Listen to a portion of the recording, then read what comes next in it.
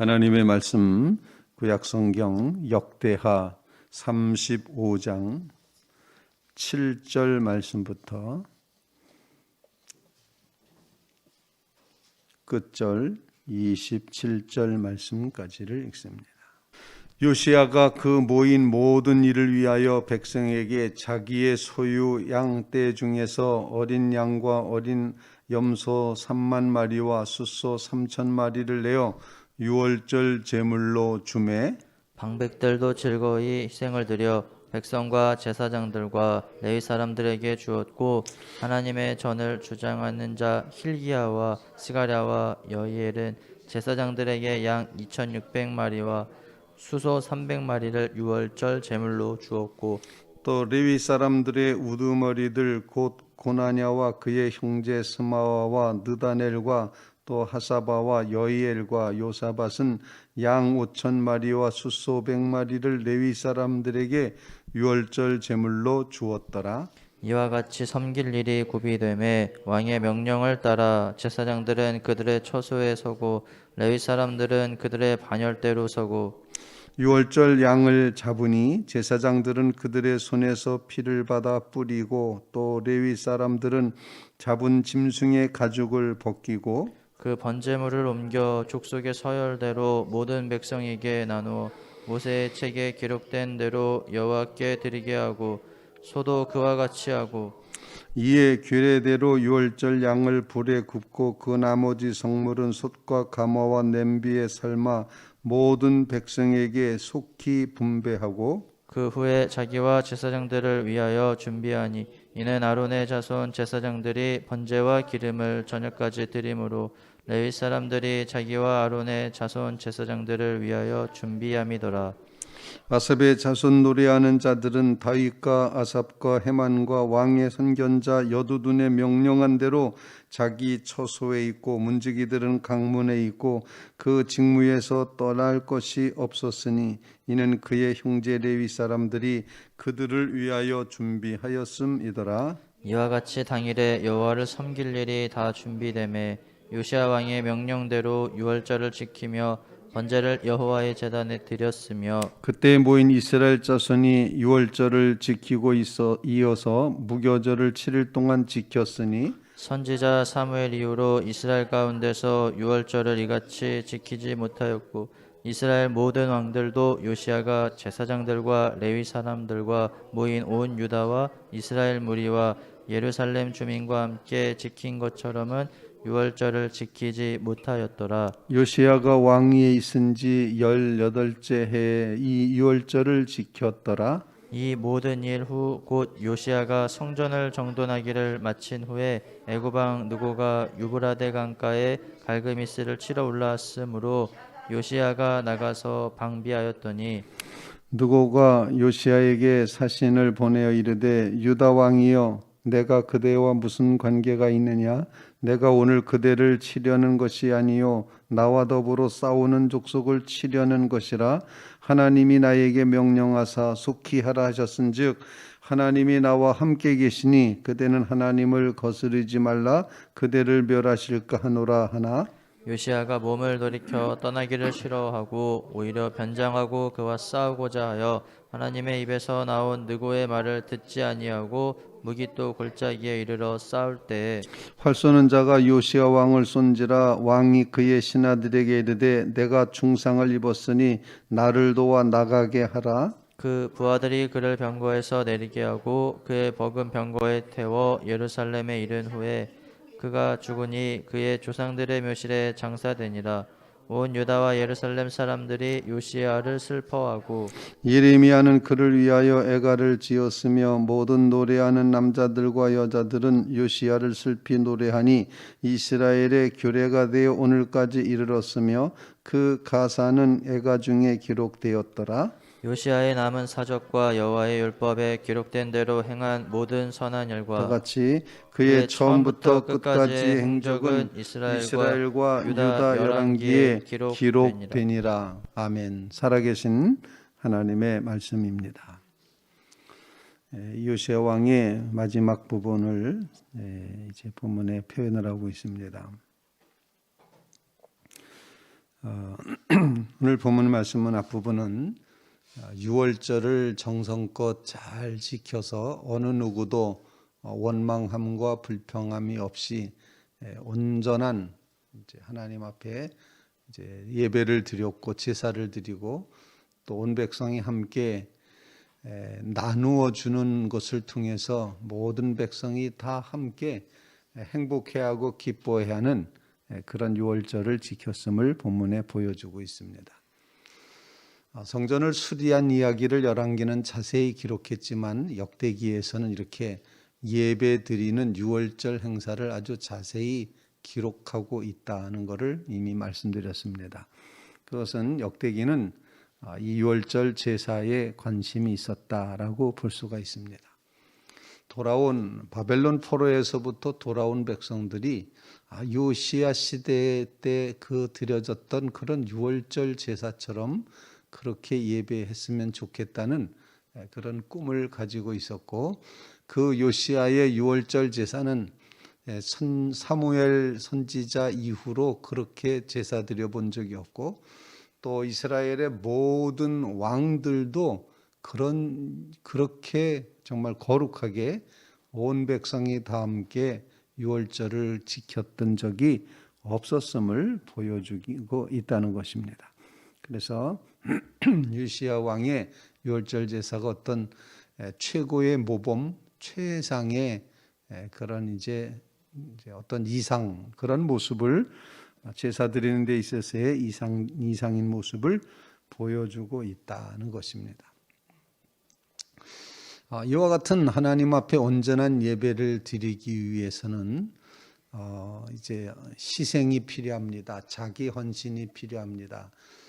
요시야 왕은 이 유월절 행사를 위해서 자기의 것을 하나님 앞에 드리는 마음으로 제물을 드렸음을 본문이 보여주고 있습니다. 우리 7절 말씀을 같이 한번 읽겠습니다. 7절입니다. 시작.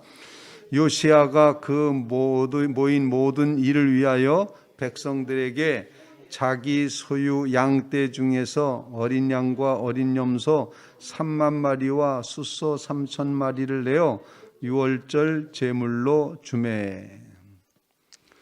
먼저 왕이 솔선수범해서 이제 제물을 드립니다. 다 백성들에게 이제 제물 드릴 수 있도록 그렇게 자기의 이제 양과 염소를 내놓습니다. 숫자에는 별로 이렇게 관심을 두지 않지만 이렇게 했다는 것, 백성들에게 자신의 것을 털어서 주는 것입니다. 왕이 그러자 방백들도 그렇게 합니다. 백성들에게 주고 레위 사람에게 줍니다. 점점 주었고 그래서 7절로 9절 말씀까지에는 주매 주었고 주었더라, 이렇게 계속 나누는 역사, 헌신하는 역사, 내 것을 주는 역사가 이루어졌음을 본문이 보여주고 있습니다. 하나님 앞에 드리는 겁니다. 그래서 그거를 온 백성이 나는 드릴 제물이 없습니다 이렇게 말하지 않도록 모든 백성이 다 자신이 드릴 제물을 받을 수 있도록, 그래서 그것을 하나님 앞에 잘 예물을 준비하고 유월절 제사를 준비하게 됩니다. 이처럼 하나님 앞에서 자신을 희생하여 드리는 요시야의 모습, 솔선수범하는 이런 모습, 주님 앞에 자신을 먼저 내어드리는 이 자기 헌신의 모습이 요시야 왕의 유월절 제사였다는 것입니다. 우리 말씀을 기억하면서 요시야 왕이 하나님 앞에 먼저 자기를 드려 헌신하였구나, 자기 희생의 제사를 먼저 드렸구나 라는 것, 이런 사실을 깨닫게 됩니다. 우리의 예배, 우리의 이 신앙생활은 우리 자신을 주님 앞에 온전히 드리는 것입니다. 그래서 하나님 앞에 이제 하나님의 백성들 앞에서 자기 희생의 제사를 드리기로 결심하고 결단하는 그런 믿음의 고백이 있게 해 주시옵소서. 이런 간구를 주님 앞에 올려야 된다는 것입니다. 사도 바울도 그렇게 말했습니다. 이제 너희 몸을 주님이 기뻐하시는 거룩한 산 제사로 드리라. 산 제사가 되라. 산 제사로 드리라. 그 말씀은 우리 자신이 하나님 앞에 드려지는 희생 제사여야지 된다는 것입니다. 주님 앞에 나를 먼저 드리는 것입니다. 몸만 드리는 것도 아니고 물건만 드리는 것도 아니고 물질만 드리는 것도 아니고 정말 하나님이 원하시는 우리의 전 존재, 우리의 삶 전체를 주님 앞에 드릴 때 그거를 가르쳐서 산제사라고 표현을 하게 되는 것입니다. 하나님 앞에 거룩한 산제사로 살아가는 믿음의 성도들 다 되시기를 주님의 이름으로 부탁을 드립니다. 요시야 왕은 그렇게 하나님 앞에 자신을 산 제물로 드렸고 여기에 방백들과 나머지 사람들이 다 따라와서 지도자들이 함께 이렇게 자신의 자기 희생적인 그런 제사를 드릴 준비를 하게 되었다는 것입니다. 이처럼 선한 영향력의 존재로 하나님 앞에 산 제물로 살아가는 그런 삶을 살게 해 주시옵소서. 우리 자신이 주님 앞에 드려지지 않고서는 의미 없다는 사실을, 우리 삶의 의미가 없다는 사실을 기억하면서 주님, 우리를 주님 앞에 드려지는 거룩한 산제물 삼게 해 주시옵소서. 나 자신이 제물 되게 해 주시옵소서. 이런 간구로 주님 앞에 간구하는 믿음의 성도들이 다 되시기를 주님의 이름으로 부탁을 드립니다. 두 번째로 이 유월절 제사를 지내감에 있어서 그 다음 구절들에 보면은 하나님의 말씀인 율법대로 그리고 왕의 명령대로 규례대로 하였다. 이렇게 본문에 표현을 하고 있습니다. 오늘 본문 말씀 12절 말씀 한번 다 같이 한번 읽겠습니다. 12절과 13절입니다. 시작. 그 번제물을 옮겨 족속의 서열대로 모든 백성에게 나누어 모세의 책에 기록된 대로 여호와께 드리게 하고 소도 그와 같이 하게 하고 이에 규례대로 유월절 양을 불에 굽고 그 나머지 성물은 솥과 가마와 냄비에 삶아 모든 백성들에게 속히 분배하고. 여기서 기록되어 있는 말씀, 모세의 책에 기록된 대로 또 규례대로 이렇게 표현하고 있습니다.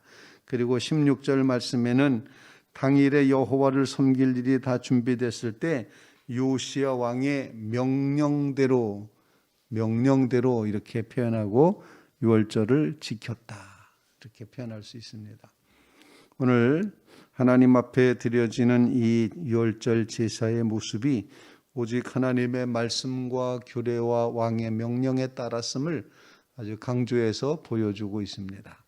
하나님의 말씀으로 예배드리고 말씀으로 절기를 지키고 말씀으로 깨닫고 하나님의 말씀에 기록된 대로 그대로 행하는 것. 그것은 다른 말로 표현하면은 하나님의 율법의 말씀을 준행하였다. 이렇게 표현할 수 있습니다. 하나님의 말씀을 준행하였다. 말씀에 따라가는 것입니다. 그 결과는 하나님께 맡기고 그 일이 힘들고 어려워도 손해보는 것 같을지라도 주님의 말씀이 그러하기 때문에 준행합니다. 바로 이런 결단의 모습이 오늘 본문에 담겨 있습니다. 하나님의 말씀대로 율법의 말씀대로 규례대로 제사를 지내는 일, 하나님을 향하여 나아갈 때 우리 자신이 성결하게 된다는 것, 그리고 제사를 드릴 때 제물을 잡아야 된다는 것, 제물을 잡을 때는 먼저 피를 뿌린다는 일, 껍질을 벗깁니다. 그리고 다 태우는 번제의 제사를 드립니다. 완전히 희생의 제물을 드리고 그 나머지 것들을 삶아서 백성들에게 상하기 전에 속히 나누었다. 이렇게 표현을 함으로써 이 제사가 하나님을 향하여 제사 드릴 뿐만 아니라 제사 드리고 난 백성들이 풍성하게 먹을 수 있었던 그런 제사였음을 본문이 보여주는 것입니다. 이 모든 것이 다 규례대로 이루어지고 말씀대로 이루어지고 왕의 명령대로 유월절 제사를 지켰다. 유월절을 지켰다. 이렇게 표현할 수 있습니다. 우리의 삶에 하나님의 말씀대로 따라가는 말씀에 준행하는 신앙 고백과 삶이 끊임없이 이루어지게 주시옵소서. 우리는 말씀대로 순종하며 삽니다 라고 했을 때는 어떤 두려움이 먼저 생기는 거 아니 말씀대로 순종하면 이거 손해보는 거 아니야? 라고 하는 그런 두려움이 우리 마음속에 있을 수가 있습니다. 말씀대로 산다는 거 그거 가능해? 그건 특별한 사람이나 할 수 있는 거지 모두가 할 수 있는 것일까? 라고 하는 그런 이제 의심을 가지고 말씀대로 사는 것, 그거는 그냥 아주 믿음 좋은 사람이나 그렇게 하는 거지 우리는 그냥 적당히 살면 돼. 이렇게 말하기 쉽습니다. 그러나 하나님의 말씀은 우리로 하여금 준행하도록 요청하시고 있습니다. 아브라함이 말씀을 쫓아갔던 것처럼 손해볼지 무슨 일을 만날지 전혀 알 수 없지만 말씀을 쫓아갔던 것처럼 우리의 삶도 오직 주님의 말씀에 따르는 걸 최우선으로 하겠습니다. 손해를 보거나 이득을 보거나 전혀 생각하지 않겠습니다. 오직 말씀 준행하는 것, 말씀에 따르는 것, 그것 자체가 목표가 되게 해 주시옵소서. 이렇게 간구하며 정말 철저히 말씀 준행의 삶을 살아가기로 결단하고 결심하는 믿음의 성도들 다 되시기를 주님의 이름으로 부탁을 드립니다. 말씀 따라가서 손해봤다면 그건 손해가 아닙니다. 하나님 나라의 승리입니다. 이런 사실을 기억하면서 하나님은 결코 손해보시지 않은 분이시다. 하나님의 나라는 결코 부서지지 않는다. 이런 고백의 마음을 가지고 철저하게 하나님의 말씀에 의지해서 살아가는 믿음의 성도들 다 되시기를 주님의 이름으로 부탁을 드립니다. 세 번째로 오늘 본문 말씀 뒷부분에 보면 이렇게 정말 훌륭한 제사를 지내서 이제까지 이런 제사를 지낸 적이 없다라고 하는 아주 충분한 칭찬을 받는 그런 요시야 왕이 갑자기 전투에서 이제 전살하게 되는 그런 이야기가 뒷부분에 이제 간략하게 소개가 되고 있습니다. 북쪽에서부터 바벨론 제국이 점점점 커집니다. 아수르 제국을 눌러가고 있고, 그런데 그 이제 바벨론 제국을 이제 정말 거지고 있는 신흥 제국을 막기 위해서 아수르와 애굽이 동맹을 맺어서 애굽이 갈그미스 전투하는 장소에까지 나오게 됩니다. 그런데 그 거대한 제국들의 전쟁에 왜 요시야 왕이 끼어들었는지는 아무도 설명하지 않습니다. 요시야 왕이 싸울 장소가 아닌데 요시야 왕이 애굽이 쳐들어오니까 애굽 사람들과 대적을 합니다. 그러다 보니 결국에는 이제 그 전쟁에서 죽을 수밖에 없는데 이때 애굽 왕의 사신이 요시야에게 보내서 하는 말이 여기 본문에 기록이 되어 있습니다. 길게 기록이 되어 있는데 21절 말씀 다 한번 함께 읽어보겠습니다. 21절입니다. 시작. 느고가 요시야에게 사신을 보내어 이르되 유다 왕이여 내가 그대와 무슨 관계가 있느냐 내가 오늘 그대를 치려는 것이 아니요 나와 더불어 싸우는 족속을 치려는 것이라 하나님이 나에게 명령하사 속히 하라 하셨은즉 하나님이 나와 함께 계시니 그대는 하나님을 거스르지 말라 그대를 멸하실까 하노라 하나. 22절에 보면은 요시야가 몸을 돌이켜 떠나기를 싫어하고 오히려 변장하고 그와 싸우고자 하여 하나님의 입에서 나온 느고의 말을 듣지 아니하고 무기또 골짜기에 이르러 싸울 때 무기또 전투에서 저가 중상을 입어 죽게 된다 하는 그런 말씀입니다. 궁금해지지 않습니까? 애굽 왕이 말하기를 하나님이 명령하셔서 가라 그러네. 이 전쟁은 하나님께서 시키신 것이네. 하나님이 함께 하신다고 하시네. 이렇게 말했을 때 혹시 너는 이방인이니까 너가 무슨 하나님 얘기를 하냐. 너가 만난 하나님은 그 하나님은 참 하나님 아닐 거다. 이런 생각, 이게 정말 하나님의 음성일까?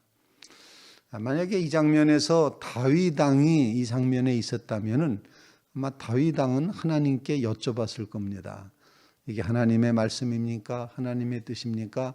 이 전쟁에 내가 가야 되겠습니까? 말아야 되겠습니까? 다윗 왕은 그러지 않았습니까? 이 전쟁에 제가 올라가야 되겠습니까? 말아야 되겠습니까? 그때 하나님께서 어느 때는 가지 말아라. 그럼 안 갔습니다. 어느 때는 올라가라, 내 손에 붙였다. 이렇게 하면 또 올라가서 전쟁을 해서 승리하였습니다.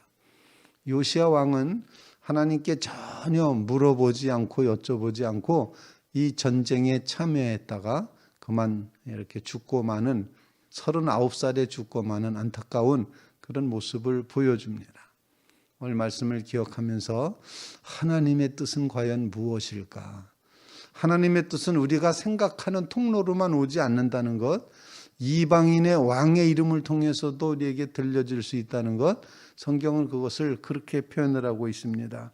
하나님의 입에서 나온 느고의 말을 듣지 않았다. 하나님의 입에서 나온 느고의 말. 하나님은 느고를, 애굽왕 느고를 통해서도 말씀하실 수 있다. 이런 사실을 우리에게 일깨워주고 있습니다. 그래서 중요한 것, 하나님의 뜻을 분별하며 살아가는 신앙의 삶을 우리에게 허락해 주시옵소서. 세미한 음성 가운데도 들려주실 것이고 또 이렇게 국제관계를 통해서도 하나님의 음성이 들려질 것이고 우리가 지금 이렇게 갇혀있듯이 살고 있는 이 재난시대 가운데서도 하나님의 음성이 들려지리라 생각을 합니다. 하나님의 뜻, 하나님의 음성을 밝히 알아듣는 자리에 늘 설 수 있게 도와주시옵소서. 예레미야는 가지 말라 그랬다가 가서 죽은 요시야 왕을 슬퍼해서 애가해서 이 이제 요시야 왕을 이제 그 슬픈 노래를 지어 정말 추모하는 그런 모습을 보여줬고 백성들은 비록 불신앙의 백성이었음에도 불구하고 요시야 왕의 죽음을 슬퍼했다. 오늘 본문에 그렇게 표현을 하고 있습니다. 그리고 그가 정말 요시야 왕이 행했던 모든 선한 일, 끝까지의 행적, 처음부터 끝까지 행적이 열왕기에도 기록이 됐다. 이렇게 표현을 하고 있습니다.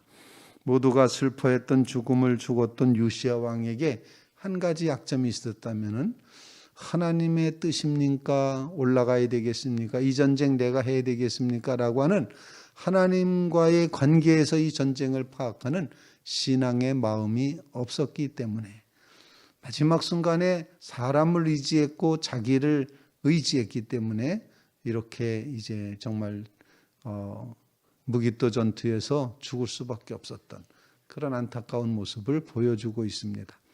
끝까지 하나님께 여쭤보는 믿음, 하나님의 뜻을 구하는 믿음, 어떤 것이 하나님의 뜻입니까? 깊이 묵상하며 주님의 마음을 헤아리는 믿음의 성도들 다 되시기를 주님의 이름으로 부탁을 드립니다. 하나님의 뜻을 헤아릴 때 주님은 우리의 영원한 기업이 되어주셔서 정말 주님께로 가까이 다가갈수록 더욱더 풍성한 은혜로 우리 가운데 임하실 줄로 믿습니다. 그래서 나의 영원하신 기업 생명보다 귀하다 고백하시면서 날마다 주께로 더 가까이 가오니 나의 갈 길 다가도록 나와 동행해 주십시오. 하나님의 뜻을 끊임없이 묻고 질문하고 들으면서 그 길을 걸어가는 주의 성도들이 다 되시기를 주님의 이름으로 부탁을 드립니다.